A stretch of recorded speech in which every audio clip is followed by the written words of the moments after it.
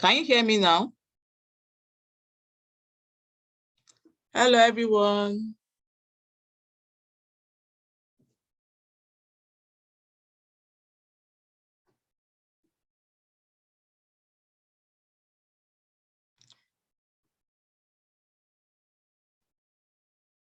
Okay, Ajara said yes. Thank you so much. I just let to know that you can hear me. I just let to know that you can hear me. So welcome to today's session. My name is Olushola Oladejo. I'm going to be letting our guests know that we've started.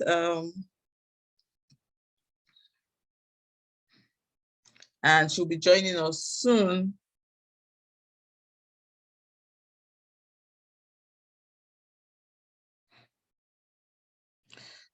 So I would like to know you. My name is Olushola Oladejo, and I'm the founder of Foodpreneurshub.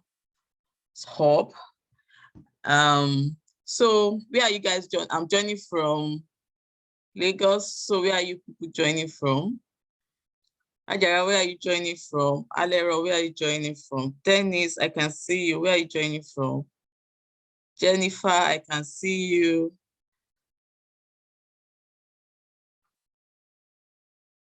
Where are you joining from? Oh, yeah, Yemi. Okay, Lagos, Nigeria. Nice to have you. Abuja. Yeah, that's what technology has enabled us to do. And let me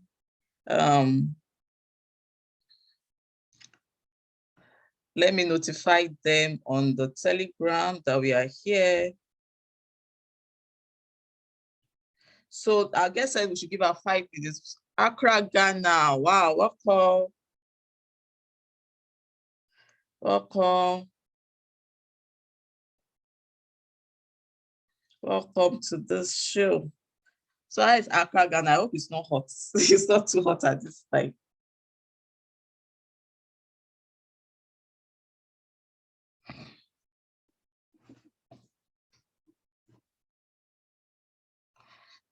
So let me just do a briefing. That is okay, okay. I remember the last time I was in Ghana, it was so hot, so hot. So let me do a brief introduction of myself, and we can start from there. If you have any question, just let me know. I'm happy to have you here. I'm happy to see you guys here, and it's going to, I promise it's going to be an interactive session. So prepare to unmute your mic and talk, ask questions, and that's how the session is going to be.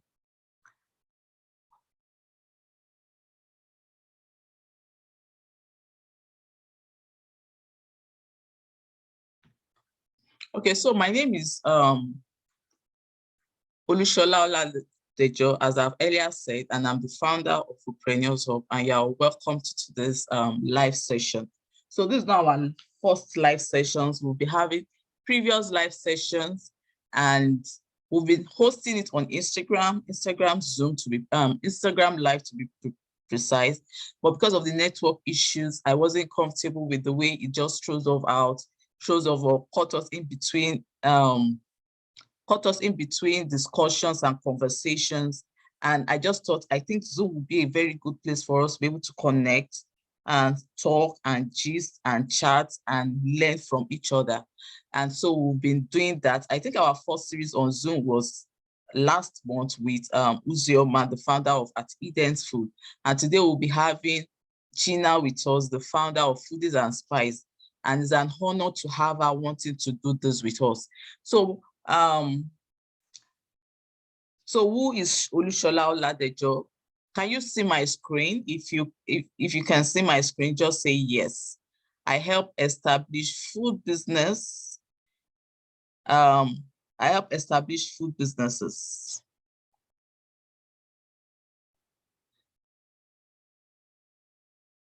I'm just trying to see the chat. Okay. Somebody said yes, I can see it. That's good. So let me put the chat here so that I can see it. I'm also I have a BSc and MSc in food science and nutrition. Sorry, please, 1 minute, just asking for the Zoom invites.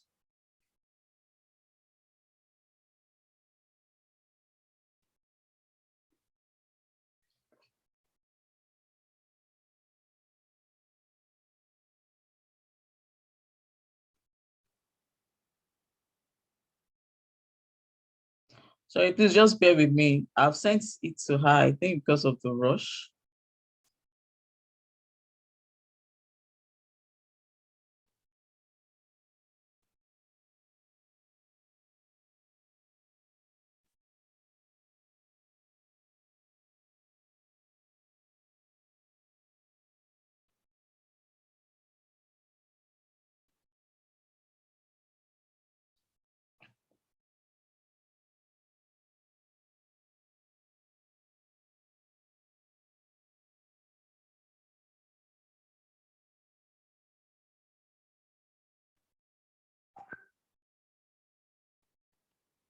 Okay, so yes, you can see it. Okay.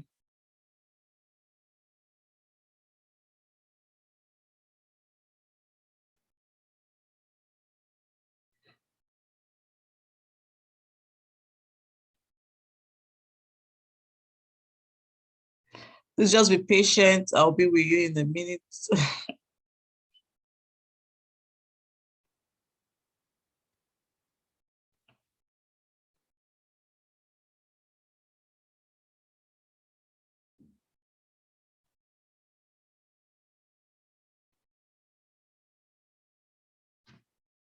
Okay, she's here with us. Thank you, Ma. I was trying to get. Good evening. Good evening. Welcome. I was just trying to. I'm so sorry for being late. I just got home now. Lagos traffic. I understand. I understand. Yeah. Before you came in, I was just trying to. Well. Okay. I was just trying to get the Zoom link across to you via Instagram, but thank God you were able to locate it. And just to introduce what we do and myself. I know we are just meeting for the first time. Thank you for the honor. Thank you for wanting to do this. I know it's a very busy schedule for you. So, like I said, my name is Olushola Oladejo, and I'm the founder of Foodpreneurshub. And I have a BSc and MSc in food science and technology, and I have over 7 years work experience in food manufacturing companies like UAC Food, Leventis Food, and Flour Mills of Nigeria. I'm a wife and a mother, and on my leisure time, I love reading novels and watching movies. And so why did I start Foodpreneurshub? I started Foodpreneurshub to, first of all, put my knowledge out there, the knowledge I have about food processing, the knowledge I have about quality, the knowledge I have about food production.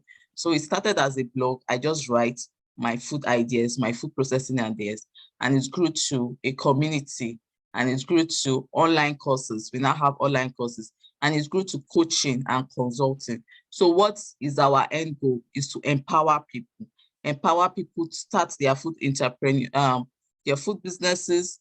In the long run, we ensure that everybody has food to eat, that's food security, and we reduce food waste and food loss. And so we have, like I said, we have online courses. We have starting a bakery business, starting a sesame oil business, which is ongoing, starting a groundnut oil business is also ongoing, starting a black seed oil business is also ongoing. So starting poundo yam business was last month. I'll be relaunching it again this month. So How do we communicate? We have live sessions like this. We have webinars, coaching and consulting. That's how we do what we do. And it's also a community. We have a Telegram community for food entrepreneurs. If you want to start a food business, you're also welcome. We also celebrate our food entrepreneurs and we connect and network. And that's why we do this, to celebrate successful food entrepreneurs and just to tell them well done. So Madam Gina, well done for all that you've done, for what you're doing for us in the food industry space. And so you can connect with us on Instagram, Facebook, Twitter. You can check the website out, www.foodpreneurshub.com, and that's the Telegram link. So today we are going to be starting our live webinar. And I want to just, how did I get to know Ms. Gina? My first encounter with her was, I mentioned I worked at Flour Mills of Nigeria PLC. I was just in the canteen one day and I just saw this cooking show on our screen. They normally play it for us during lunch break. And I saw her, she was the instructor, and how she was telling people how to cook. She was using our product at that time, pasta, spaghetti, noodles, and all of that. And another time came when we had a scandal, let's say scandal, about our product, which was Semovita. It went wild that Semovita had plastic. And she responded swiftly as the brand ambassador to let people know that Semovita does not contain plastics. So that brand awareness and all of that got me interested in her, and I've been following her since then. So today we're going to be knowing more about her entrepreneurial journey, how she started, why she started, and how she has gotten herself to where she is today. And at the end of the session, you can also ask questions. Hopefully we'll be able to answer all your questions today. So my first question is, can you please just introduce yourself? We've made flyers around, we've done a biography, but from you, who is Gina? Yeah, so my name is Gina Ehikodi-Ojo, and wife, mother to twin boys, and I run Foodies and Spice as a company. Foodies and Spice started about 9 years ago. I was first, I've been in the media space. I'm a lawyer. When I came out of law school, I practiced for a bit, not even up to 1 year. And I went back to media because I've been there somehow. So I went back to media and I started working for Virtual Media, the owners of Nigeria and Orisun. So I worked there as the legal executive for a while before I became head corporate development. And from there, I went to WAP TV, where I started WAP TV. I started that channel, and I ended up being the general manager for a while before I took the decision to stop 9 to 5 and just face my food business. I started Foodies and Spice from WAP TV, being on the WAP TV platform in itself. From there, I expanded it to TVC, and here we are today on over 13 TV channels in Nigeria, with good following on Facebook. Facebook, we are about 1.5 million followers there. Wow. On Instagram, YouTube, TikTok, we are still growing. Okay, thank you for that brief introduction. Looking back to when you were in school, you have thought that you'll be where you are now as regards to business? Okay, looking back to when I was in school, I've always been a very aspirational person. Like, I aspire big things a lot, but at the same time, where I am in business, first of all, the kind of business I'm doing, I would say no. I know I'll be in entertainment. I knew I'll be in entertainment, but I was thinking mostly TV productions like dramas, comedies, movies, and all of that, which is still the aim. So, but coming out, I didn't have that kind of funds, and a cook show seemed more like it. The fund for producing cook shows is not as much as when I want to produce movies or TV series.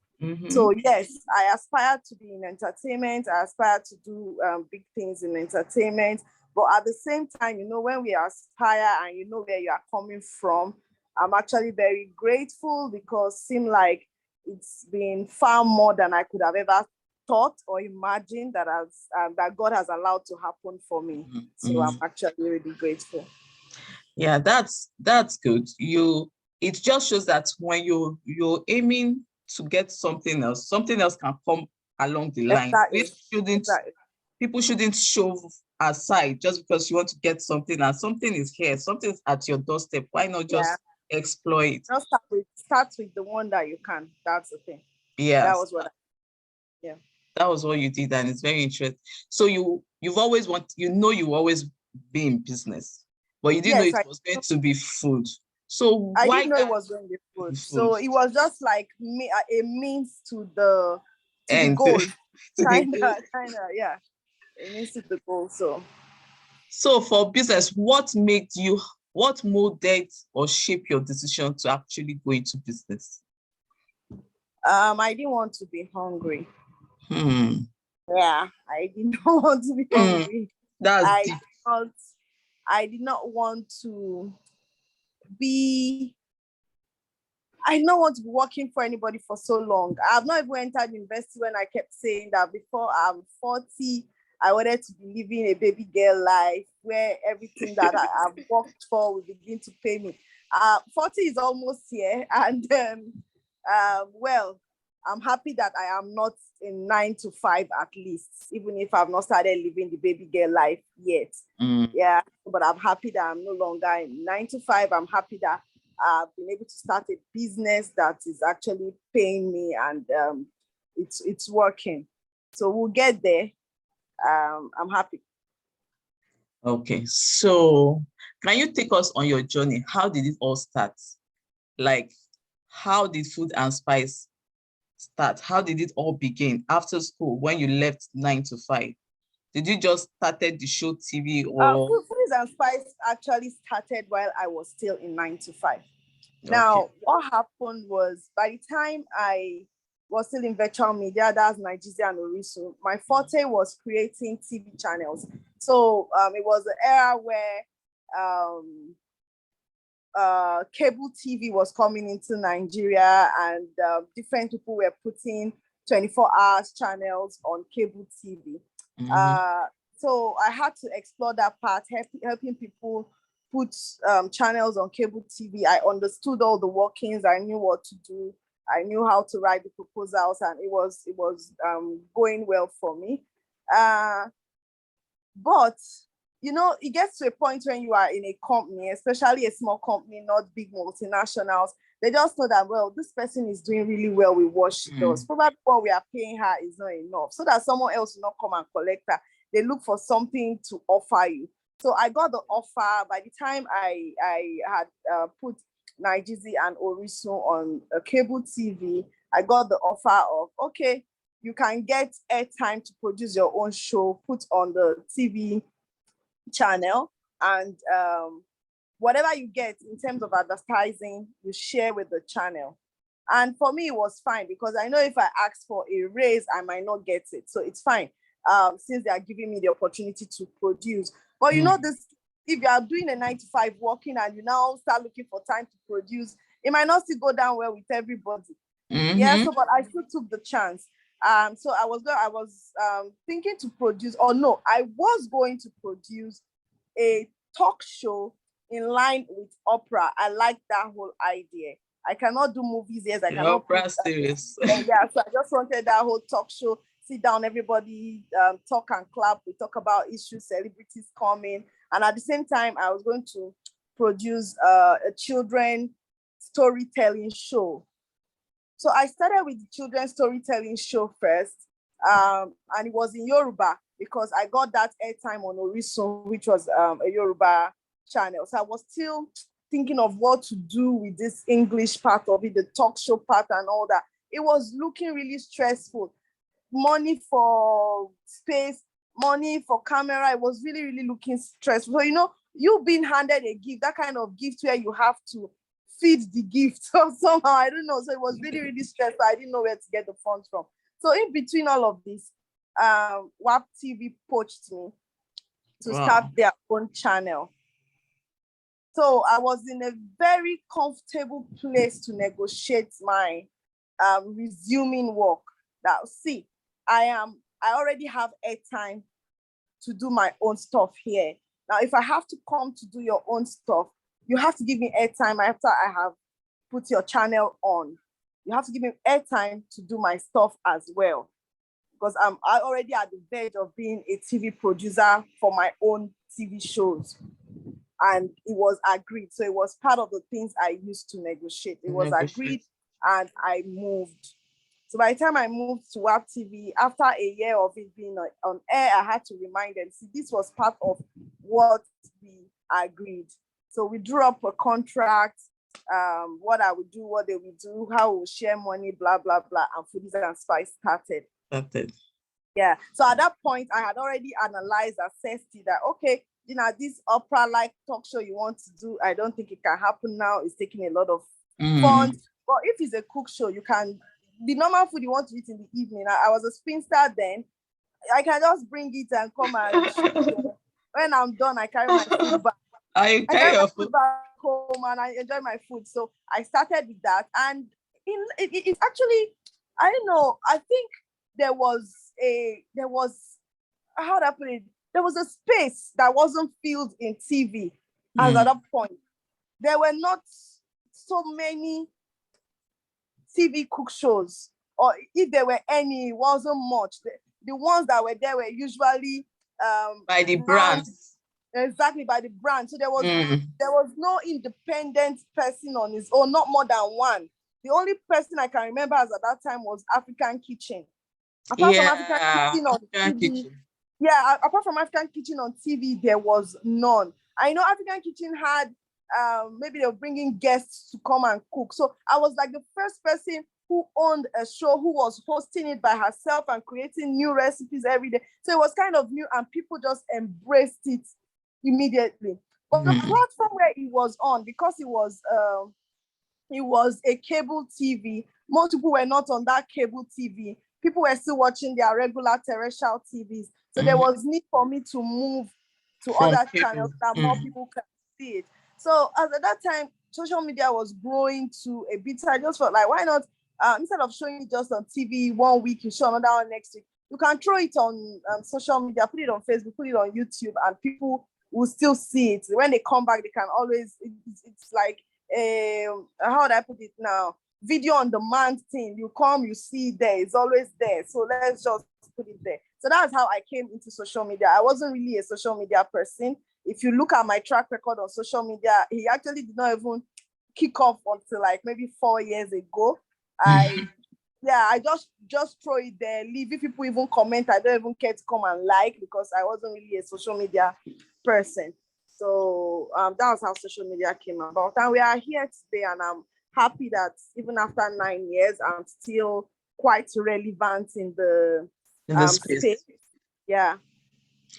Wow, that's good. That's an interesting story. Just talk about, will I call it providence? Things just I would like to call it prayers being answered, God's faithfulness, truly, because it's one thing to plan things and it's another thing for it to happen. I was a child, growing up, I was a child with too much things in my head, wanting to do a lot of things. And I look back and I see that, okay, this thing happened, that one happened, this thing happened. So, you know, making wishes and they are all coming true. It can only be God. Only be God, and you accepting it, because it just shows that we should be sensitive to what works and what does not work. Because if you are talk to, okay, this is what I want to, this, I'm not saying that people should not go after what they want, but in getting what you actually want, like now you were talking about Opera TV show, and you Yeah. have to sit down, will this work? Will people want to listen to this? Is this marketable? So the same perspective should be brought into when you want to start business. What will sell? What will people mostly buy? Do you understand? What will people want? So I think that's a good one. So what do you think contributed to this success? Apart from you starting, when you're starting, what are the factors that you think or notice that this what made this huge? Okay, I'll actually start first of all by giving it back to God. I'll say the successes all came from God. Then secondly, consistency. I remember when I was going to start and the chairman of WAP TV then called me and said, this cook show you want to do, are you trying to say that you can do 52 episodes or 54 episodes in a year? And I looked at him. He was like, are you sure there are like up to 54 food that you can now hold for a whole year? I was like, sir, what I'm about to do will even outlive me. We will cook and cook and cook and keep cooking. I'm going to celebrate 10 years, 20 years, 30 years, 40 years, 50 years of Foodies and Spice. Even when I leave there, someone else can continue Foodies and Spice. That's what I am looking at. And he was like, okay, let's see. First year, we finished the next 52 episodes. The next year, I finished another 52 episodes. And this is 9 years, and we are still showing on TV channels. So it's not like every day was a happy day to come out and just cook and show my face and smile. It's not like every day is okay for me to just post and act like all is well, but it's just that consistency that, okay, this is a business, this is job, this is what I need to do. I can just decide not to do again or just post one and come back tomorrow or repeat episodes every day. But once you are consistent, I just believe things would always, it will be for the better, kind of. So when you are in a business, there might be down times. There might be days you are not happy to do that business. There might be days that you are asking, oh, this thing could have been better than this, but you just need to get up and get the job done. Yeah, just have to get up and get the work done. I know a lot of us struggle with consistency. That also, I'm talking to myself, because there's sometimes you don't even feel like it. There's sometimes you like, oh, maybe you had a bad day and all of that, but you just have to encourage yourself and show up. And like you said, see it as a work, because if you have a 9 to 5, whether you like it, whether you feel like it or not, you wake up and go to work. Yeah. You wake up and go to work. So you just have to see whatever business you've committed yourself to as work. Do you understand? Yeah. So another question, don't mind me, as we are discussing questions. No, that's why we are here to answer the question. Yeah. So another question is like, are there challenges in this particular business? That's the cooking. And may I ask, by the side, do you do catering? Like, do you do, apart from the food show, do you also do catering do you do catering? Yes, I do cater. I have a small chops a side business to people order for small chops and all of that. I cater when people say they need food. I do weddings. I even started doing catering before I started Foodies and Spice as a TV show. Yeah, so while I was still doing my 9 to 5 by the side, I used to cook for people's weddings when they have weddings, small parties. I did that. But these days I get too busy. Like this week alone, I have shot over 5 food content for various brands, because tomorrow is Ramadan. Ramadan is starting tomorrow. So I have to do a Ramadan episode. So I'm actually very exhausted. And anybody who's asking me to come and cook for party right now, just know it can't work. Yeah. So when I'm less busy, I take up the cooking jobs. So, but this period has been like a back-to-back cooking and studio work. Now, people just see 3 minutes video online, or they see a 25 minutes video online. If I'm asked to cook without the cameras, I can cook up to 8 different meals in a day. But you see, when those cameras are there, you can spend up to like 5 hours cooking just fried egg and plantain. Why? Because of the cutter. Yeah, you have to cut, camera has to angle, they have to come close, different angling, and it's not just straight. So it takes time, and you're actually very, very tired. So the challenges, you asked question on challenges, right? So yes. Yeah, so the challenges we have is light.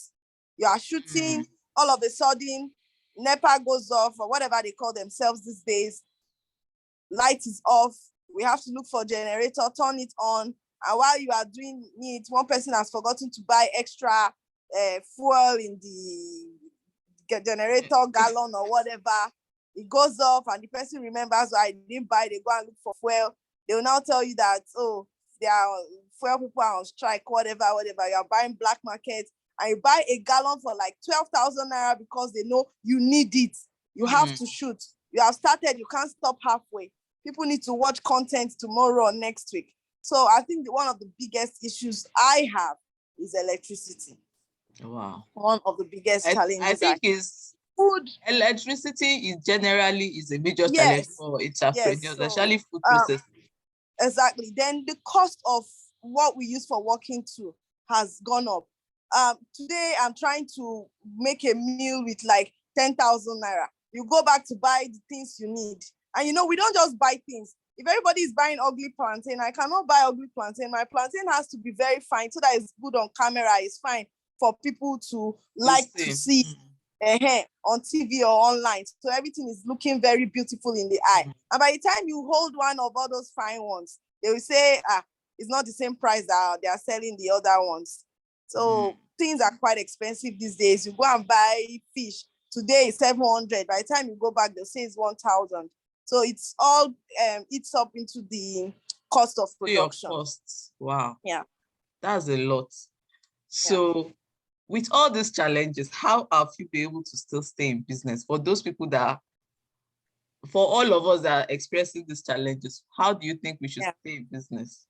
What I don't think it's much about me, but I'm thanking God for his mercies, in the sense that as these things are getting worse in terms of the cost of production really getting high, I think in this my 8-9 years that I have experienced more of having more clients, having more contracts, having more people work with me.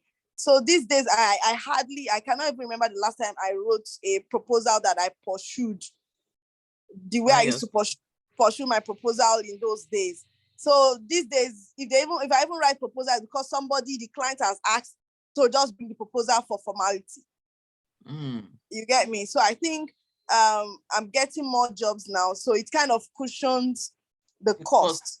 It kind of cushions the cost, so you don't really get to you are still feeling it. It's not like you're not feeling it, but in a time where you used to have just one client or two, now that you have up to 4 or 5, it kind of covers up what you would have felt. Okay, so for you, it's increasing sales, increasing customer so for entrepreneurs, people should go after increasing sales, like go and look for your customers. Go and look for your customers. So thank you so much. And another question is, like, for you, you started with TV. Yeah. So you will say you gained audience. You had the platform to gain audience. But as your audience grew. Yeah. So this question is in 2 parts. Number one, how do you grow your audience? How have you used whatever you've done to grow your audience? And secondly, what advice will you give to someone that does not have the opportunity you have, that's the TV platform, to start to All start right. So I would like to blogging, say, cooking business? Yeah. yeah. So I like to say the thing with TV audience for me is this: they know me, I don't know them. That's the thing with TV audience. So I'm very happy that I thought it wise to go on social media.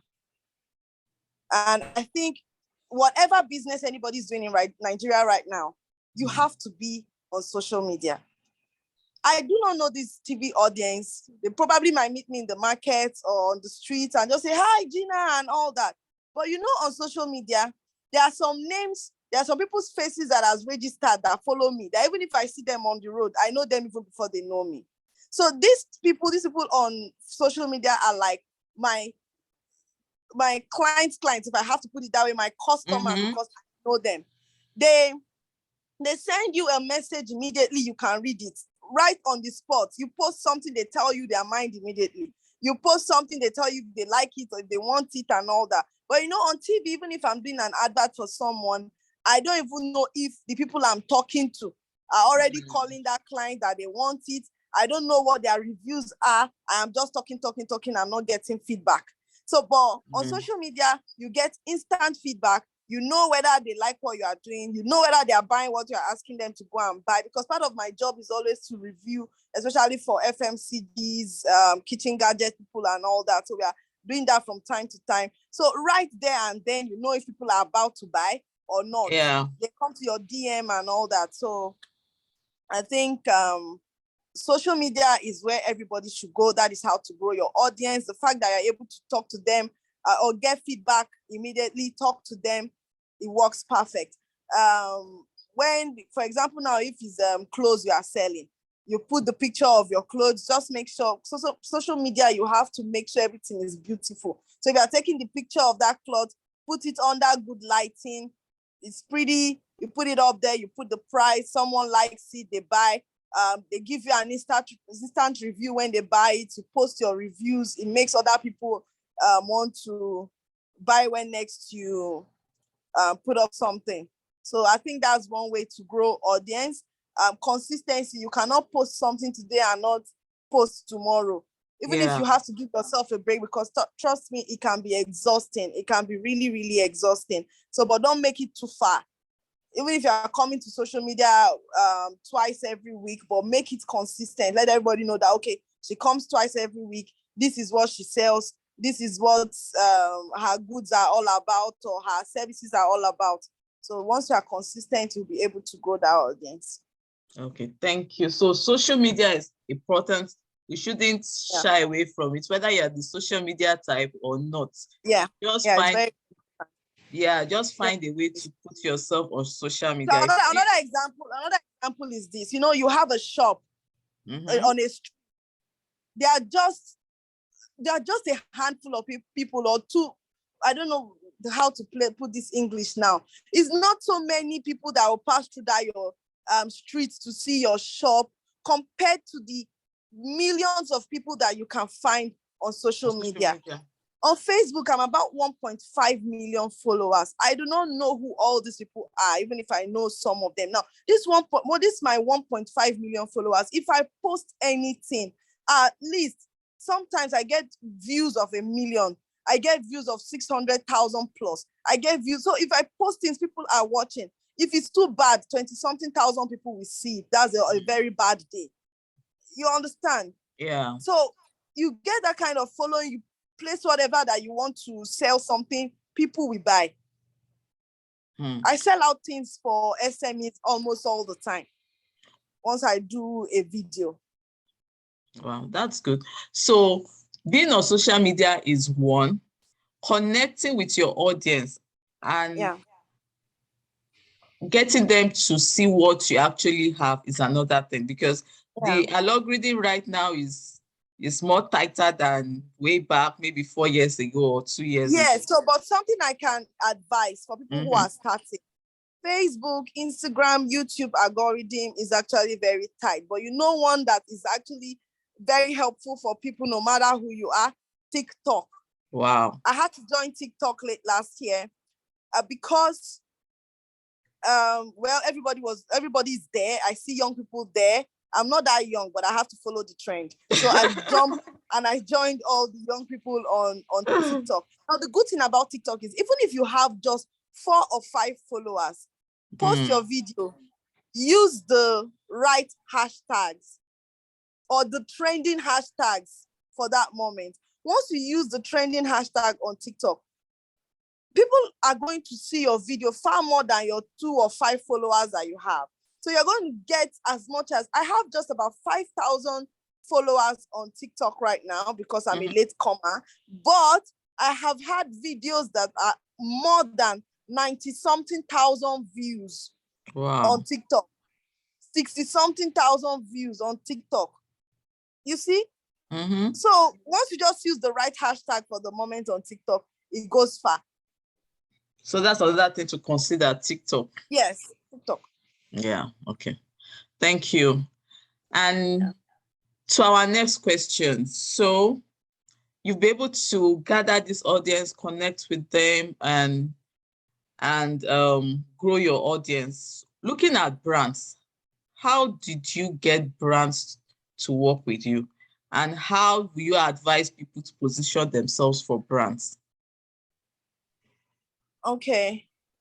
The truth is, if I was going to go by things that we knew before, it's not working anymore that way.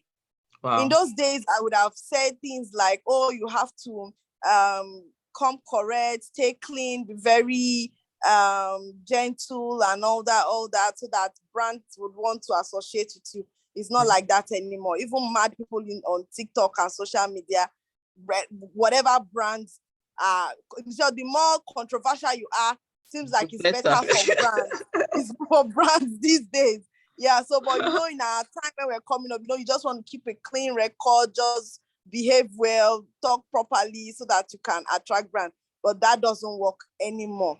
So what I would say is, it's a game of numbers and eyeballs for us in this TV and online. It's a game of numbers and eyeballs. Now, the more eyeballs the brand feel like you would give them, and the more numbers of people you have is actually what attracts brands. So, but for me as a starter, the first time, it took about 8 months, 6 to 8 months before I got my first ad. And my very first set of ads was from Golden Penny. Flour mills. FMA, flour mills. Flour mills. So it was, I don't know, how did I even write that proposal? I don't even know how it happened, but it came.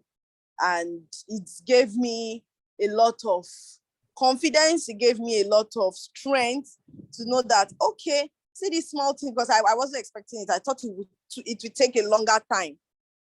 So, but within 1 year, I've gotten like the first set. So that's why I said, as at that point, it looked like that space was there. Brands were like hungry to have where to showcase, especially FMCGs. So that space was there that a lot of people were not seeing. So I was just there like at the right time. So, but Nigeria, once one person has started, a lot of people would come in. So right now it's actually saturated at the moment, but it's fine.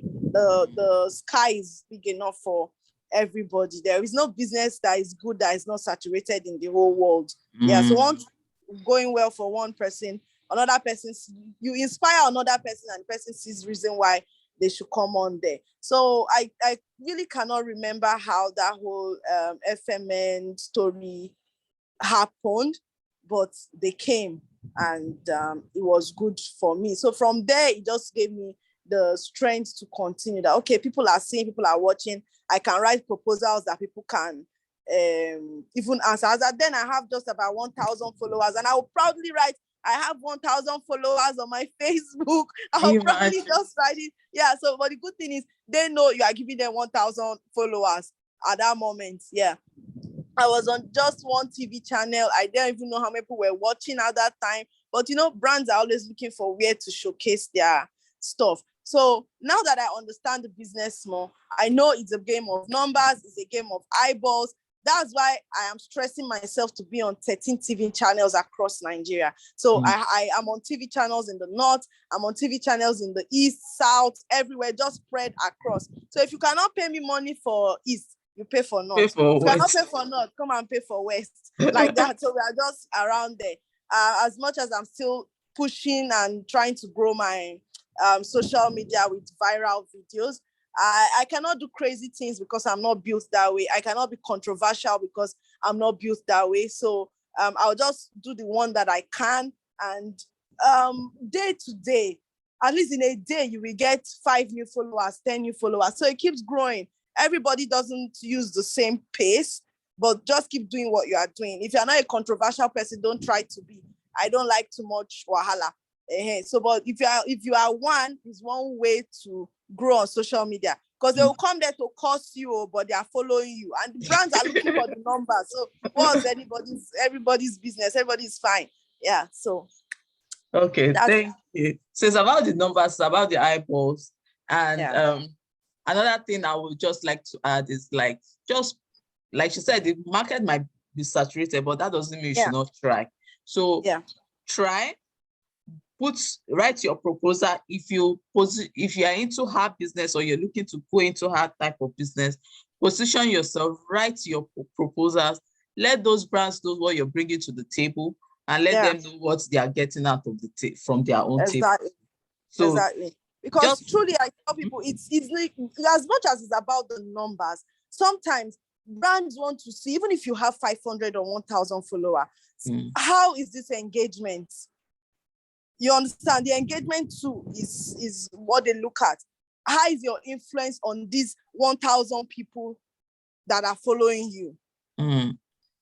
Those things are still part of what they look at. What they look at. Some people just feel like, okay, we like Gina, and just because it's Gina, if she say we should go and buy golden penny, we will buy because Gina said so. So it can just be 500 people that are loving you like that. That's the 500 people that you will sell to them. Yeah. So like we said, just keep pushing, write your proposal, send it. Now social media has even made it more easy. You can connect with them via email. You can connect with them on their social media handles, and they will somehow they will keep notice. If they want to do business with you, yes. If not, you move to the next person. Exactly. So not like I said, not all business is for everybody. And there are a lot of businesses. The sky is big enough. I have some friends in this food blogging space and TV space.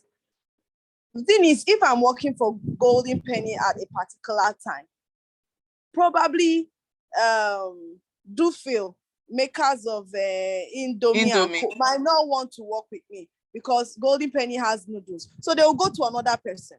So you see, the market doesn't end. There's enough for everybody, really. Yeah. That's good.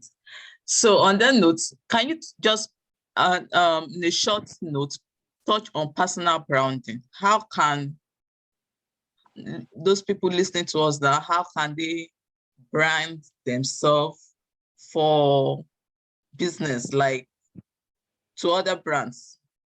Okay. I always preach being unique.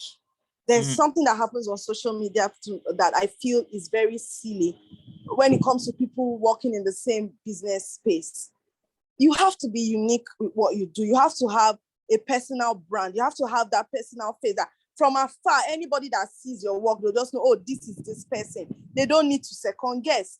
Now I'm going to use our food blogging space as an example. You find out that everybody is using the same kitchen style because one person has that kitchen style and they feel the person is doing well. Every other new person coming in just wants to use that kitchen style. You see somebody buy a particular pot. That's the pot everybody wants to now use. So how do people differentiate you guys? Now you see someone who is doing etiquette. All of a sudden, everybody wants to go and do etiquette. You can just create your own style, your own niche that people will know you for. Now, whenever you see the color yellow on social media, you might just want to quickly guess that's Gina. Mm-hmm. So you can have a brand color, first of all, for your stuff. Okay, this is my color. When you see color yellow, you might just, oh, that's Gina. Let's just watch this video. You might go fast. Okay, this person doesn't look like Gina. Probably the person is copying Gina. Yeah, so you just have to be unique with what you do. In my space as well, I try to explore more of our traditional dishes. It's not like I can't do the other things, but you see me exploring more of traditional dishes. So when people just see this, oh, Gina does traditional dishes. I've seen brands call me only because of traditional dishes they feel like I do. Oh, we are doing one traditional dish and I want you to do this for us. Mm-hmm. So you have to just create a niche, a difference for yourself. And I also said earlier, for some people, being controversial works. Now, anybody who feels like controversy wants to work for me, or maybe a brand that it will not work because I am not that kind of person. So they might have to just go and look for another person. So I'm more on the calmer side. So I think brands who do calm can work with me. So that's a personal brand for me, if I want to say that. So everybody just knows that this brand is calm. This brand does not like violence. We don't do violence here. So, So that's good. But I think the key point here though is being unique to what you do. So everybody just knows that, oh, this is this person and this is what this person does. Yeah, and brand can relate to your uniqueness. Like, oh, that's what they want. So I think we've got a uniqueness. Bring yourself to the public. Bring yourself to social media. Consistency in, like, now she just made a point, and I just feel that's an idea. Why not change what it is now and do something else? Like the kitchen style, she said, you can just decide to change the kitchen style and stand out from the crowd. Do you understand? Maybe have a more traditional look of kitchen style, just say, than what it is now. Okay, I think we've answered most of questions, and I don't want this to go more than past 1 hour. And now, on a personal note, you're a wife, you're a mother to twins. It's not easy, twin boys, and you work. How have you been able to balance this? Everybody asks this question, but I always say we have 24 hours in a day, and I'm not going to be doing one thing for 24 hours, so we can always break the day for various things.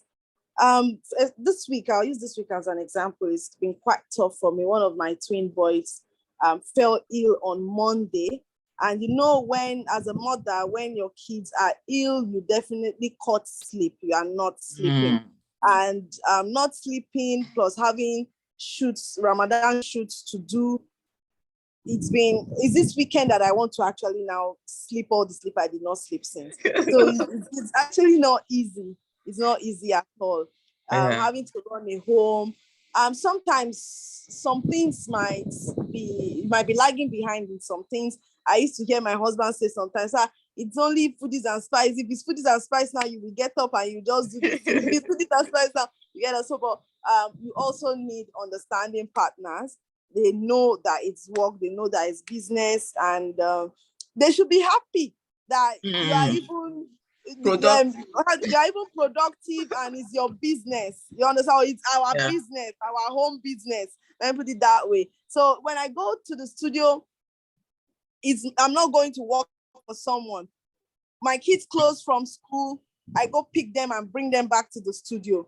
I finish what I'm doing, we leave from studio back to the house. So you should be happy that I have an eye on your kids. So everything is balanced. I can cook from the studio and bring back home if you're coming back late. So when you come back from work, everybody can eat. So it's God is helping us balance it, but I don't think it's so much of an issue. I also have the help of a nanny, which I think every working woman should do. If you want to remain sane, you just need some sort of help. So if you have a nanny who's living or who comes and goes, it helps you a lot. Tomorrow now, I don't need to be racking my brain on how we are going to clean the house, because someone will be cleaning the house while I'm uploading on social media and answering all the people on YouTube and Facebook and Instagram. My house is being cleaned. So if you have the luxury of having a nanny, it works. It's also good because you need that extra eyes on boys. I have boys. You don't want them climbing and jumping when you are typing on your laptop and uploading videos, because that will not be the case when something happens. So someone has to have an eye on them while you are doing that. So I think that extra help is required somehow. Yeah, thank you so much. I've really enjoyed my discussion. I was like, how would this be? But thank God it went well. And so your final thoughts and final advice for upcoming food bloggers or who are interested to work with brands or who want to go into your type of business, what advice will you have for them as a startup? Okay. Number one advice, you have to pray. I'm sorry I've been saying this, but that's just the truth. You have to do a lot of praying. You have to do a lot of talking to God. You have to be in touch with your spirituality. It helps a lot. How would I put it? The business space, the world space, like I said, everything is saturated everywhere. So, but there is this thing, I always believe for anything to happen in the physical, it's probably being settled in the spiritual first. So you have to have a clean heart, clean hands. I always say that: clean heart, clean hands, happy disposition, grateful spirit, and always talk to your maker. Whether you're a Christian or a Muslim, you have to always be in touch with your maker and let him know what you want. I always believe this thing. We are not here by mistake, all of us. Before we were born, there's actually a purpose already. And I don't think God is a wicked God. It's just that things happen on earth. That's why some things do not go too well. So reason why you have to actually always be in touch the best way that you can.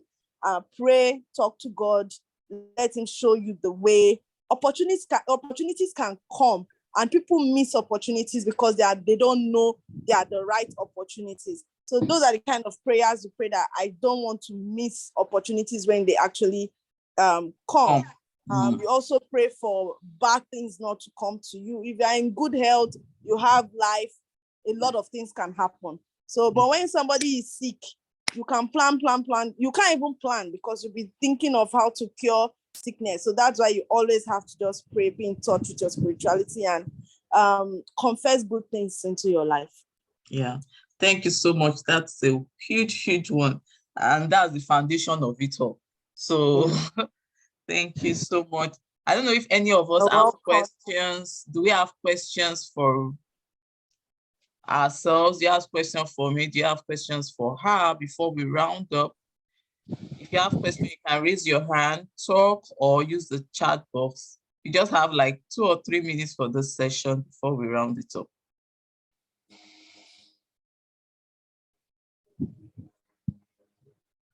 And for our Muslim brothers and sisters, we wish you a wonderful Ramadan. Yeah. Tomorrow is starting tomorrow. I didn't even know it. Thank you for bringing it. So have a wonderful Ramadan. So any question? Jerry, Mohammed, thank you for joining. Zainab, do you have any question? Ma, Olatunji? So in the absence of any questions, that means you guys enjoyed your session. Okay, I'm seeing one chat here. Someone said, can we get the recording? Yes, the recording will be, I'll take permission from Ms. Gina to post it on YouTube. Then you can watch it there. So I'll let you know when the recording is available. Okay, so that's it, no question. Thank you very much for joining. This is our second session. Yeah. Thank you, Jerry. Thank you. Yeah, thank you, Ms. Gina, again, once again. I appreciate you. I appreciate you taking time out for this. I know it's not easy. And wanting us to learn from your story. That's another important thing. And thank you so much. And now that now that I know you and meet you, we could call on you once in a while. But it's fine. I won't pester you. I won't disturb. So thank you so much. Thank you so much. Yeah. So we call it a day since there's no further questions. For all those people that were able to join, I appreciate you. See you in the group. If you've not joined the group, you can join the group. Okay, Ma. Thank you. Bye-bye. What my YouTube name is Foodies and Spice. Just search Foodies and Spice everywhere. Okay. YouTube, Instagram, no, YouTube, Facebook, and TikTok. Instagram is Gina Foodies and Spice. Okay, I didn't even see that. Foodies and Spice. Yeah. Let me type it there.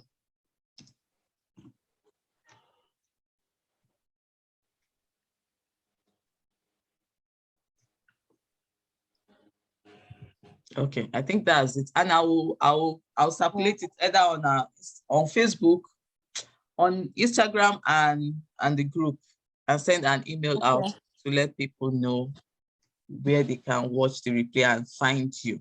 Okay. Okay, you've put it there. Foodies and Spice Facebook, Foodies and Spice YouTube, Gina Foodies and Spice on Instagram. Yeah. Yeah. That's where I found her. Okay, Thank guys. you so much. Bye. Yeah. Have a wonderful You have a beautiful day. weekend. Bye. And sleep very well. Yeah, And rest I for will. the weekend. Yeah, bye. Thank you so much. Yeah, bye. Bye.